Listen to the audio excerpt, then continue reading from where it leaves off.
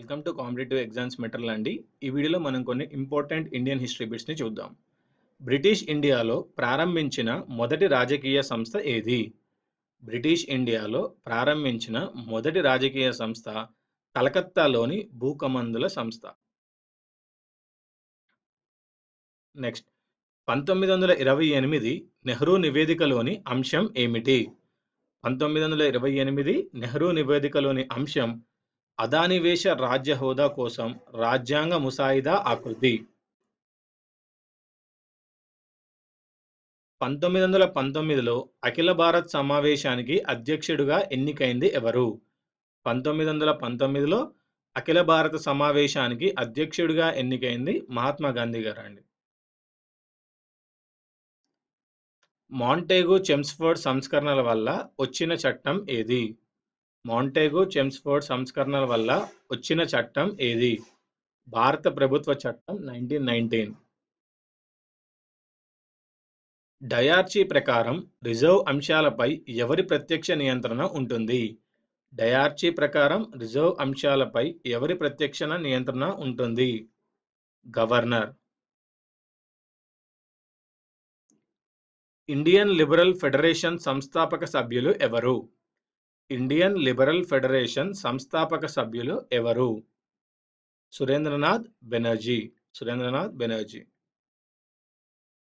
స్వాతంత్రోద్యమంలో ఆకలిగా ఉన్నవాడికి రాళ్లు పెట్టినట్టు అని అభివర్ణింపబడింది ఏది? స్వాతంత్రోద్యమంలో ఆకలిగా ఉన్నవాడికి రాళ్లు పెట్టినట్లు అని అభివర్ణింపబడింది ఏది? రౌలట్ చట్టం. రౌలట్ చట్టం. జస్టిస్ పార్టీ అధికారిక నామం ఏమిటి? జస్టిస్ పార్టీ అధికారిక నామం సౌత్ ఇండియన్ లిబరల్ ఫెడరేషన్.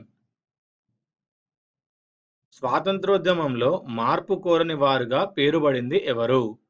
స్వాతంత్రోద్యమంలో మార్పు కోరని వారుగా పేరుబడింది doctor Rajendra Prasad. The India struggle పుస్తకాన్ని రాసింది ఎవరు?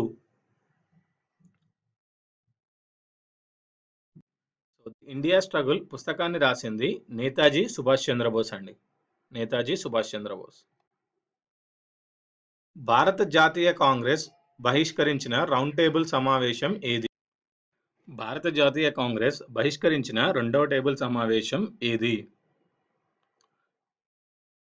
మొదటి, మూడవ రౌండ్ టేబుల్ సమావేశాలు. 1937 ప్రాదేశిక శాసనసభలకి జరిగిన ఎన్నికలలో భారత జనాభాలో ఎంత శాతం మందికి ఓటు హక్కు లభించింది? 1937 ప్రాదేశిక శాసనసభలకి జరిగిన ఎన్నికలలో భారత జనాభాలో ఎంత శాతం మందికి ఓటు హక్కు లభించింది? 14%. విమోచన దినంగా పాటించాలని ఏ సందర్భంలో మహమ్మద్ అలీ జిన్నా పిలుపునిచ్చాడు? విమోచన దినంగా పాటించాలని ఏ సందర్భంలో మహమ్మద్ అలీ జిన్నా పిలుపునిచ్చాడు? కాంగ్రెస్ ప్రాదేశిక ప్రభుత్వాలు రాజీనామాలు చేసినప్పుడు. నీలి తిరుగుబాటు అనగా ఏమి? నీలి తిరుగుబాటు అనగా ఏమి? బెంగాల్లోని రైతులు ప్లాంటర్స్ కోశము నీలిమందు మొక్కలు పెంచడానికి ఒప్పుకోకపోవడం. బెంగాల్లోని రైతులు ప్లాంటర్స్ కోశము నీలిమందు మొక్కలు పెంచడానికి ఒప్పుకోకపోవడము. ఏ కాలములో బెంగాల్లో ద్వంద్వ ప్రభుత్వం నడిచినది? ఏ కాలంలో బెంగాల్లో ద్వంద్వ ప్రభుత్వం నడిచినది? 1765 to 1772. ఇవ్వండి ఈ వీడియోలోని important Indian history one liner bits. ఈ వీడియో మీకు నచ్చినట్టయితే లైక్ చేయండి, సబ్స్క్రైబ్ చేయండి, షేర్ చేయండి.